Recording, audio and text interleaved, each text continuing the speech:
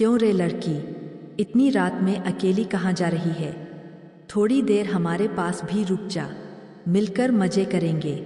साहब आज काम थोड़ा ज़्यादा था इसलिए देर हो गई, मुझे बहुत जल्दी है।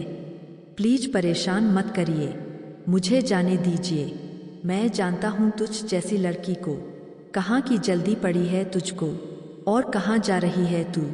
रितु सिंह जो कि एक जवान और खूबसूरत आईपीएस अफसर थी, एक रात फटे पुराने कपड़े पहनकर फकीरों जैसे हुलिये में साइकिल पर सवार हो गई।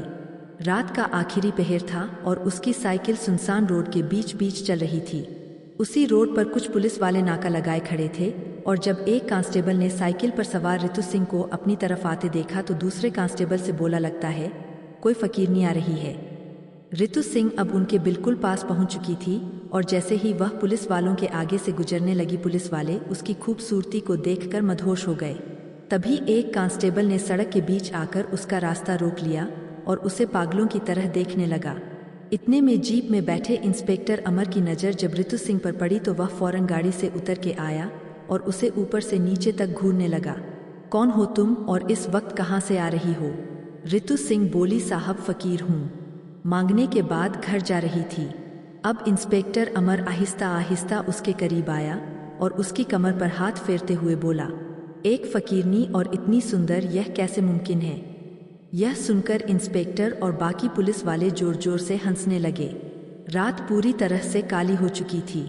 रितु सिंह की सांसें तेज और दिल धक धक करने लगा। तभी इंस्पेक्टर ने जेब से 1000 का नोट निकाला और रितु सिंह की तरफ बढ़ाते हुए कहा, 1000 देता हूँ, चलो मेरे साथ।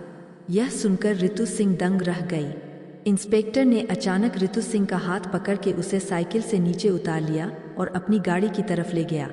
उससे पहले रितु सिंह कुछ पूछ पाती, इंस्पेक्टर बोला, गाड़ी में बैठो, फिर मैं तुम्हें बताता हूँ। रितु सिंह डरते डरते गाड़ी के अंदर दाखिल हो गई। अब इंस्पेक्टर बोला, तुम मेरे घर की सफाई कर देना, इसीलिए तुम्हें यह 1000 दिया है, उसके बाद तुम्हें तुम्हारे घर छोड़ दूंगा। रितु सिंह ने कहा, ठीक है। चलते चलते इंस्पेक्टर ने गाड़ी अब एक उबड़ खाबड़ रास्ते पर उतार ली। रात का अंधेरा और वह उबड़ खाबड़ रास्ता देखकर